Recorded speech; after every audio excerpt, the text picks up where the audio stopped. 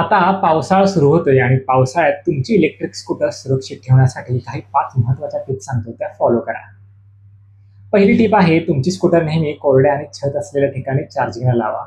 पावसात चार्जिंगला लावणे टाळा, कारण जर चार्जिंग पोर्टमध्ये पाणी गेल्यास शॉर्ट सर्किट होऊ शकते आणि तुम्हाला मोठा आर्थिक फटका बसू शकतो. तसेच पावसात प्रवास करून आल्यावर लगेच स्कूटर चार्जिंगला लावणे टाळा.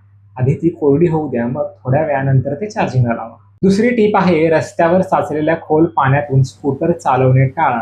जरी अनेक स्कूटर्सना IP67 रेटिंग असले तरी मोटर आणि बॅटरीमध्ये जास्त वेळ पाणी राहिल्यास गंज लागण्याची किंवा तांत्रिक बिघाड होण्याची शक्यता असते. त्यामुळे तुम्हाला मोठा आर्थिक फटका बसू शकतो. टीप नंबर 3 आहे, प्रत्येक राईड नंतर तुमची स्कूटर स्वच्छ आणि कोरड्या कापडाने पुसून घ्या. विशेषतः बॅटरी कंपार्टमेंट आणि मोटर एरिया कोरडा ठेवा, जेणेकरून गंज लागणार नाही. टीप नंबर 4 आहे, पावसाळ्यात रस्ते निसरडे असतात आणि ईव्ही स्कूटरचा टॉर्क जास्त असतो, त्यामुळे वेग मर्यादा ठेवा आणि अचानक ब्रेक लावणे टाळा. तसेच वेळचे वेळी टायरमधील हवा चेक करा.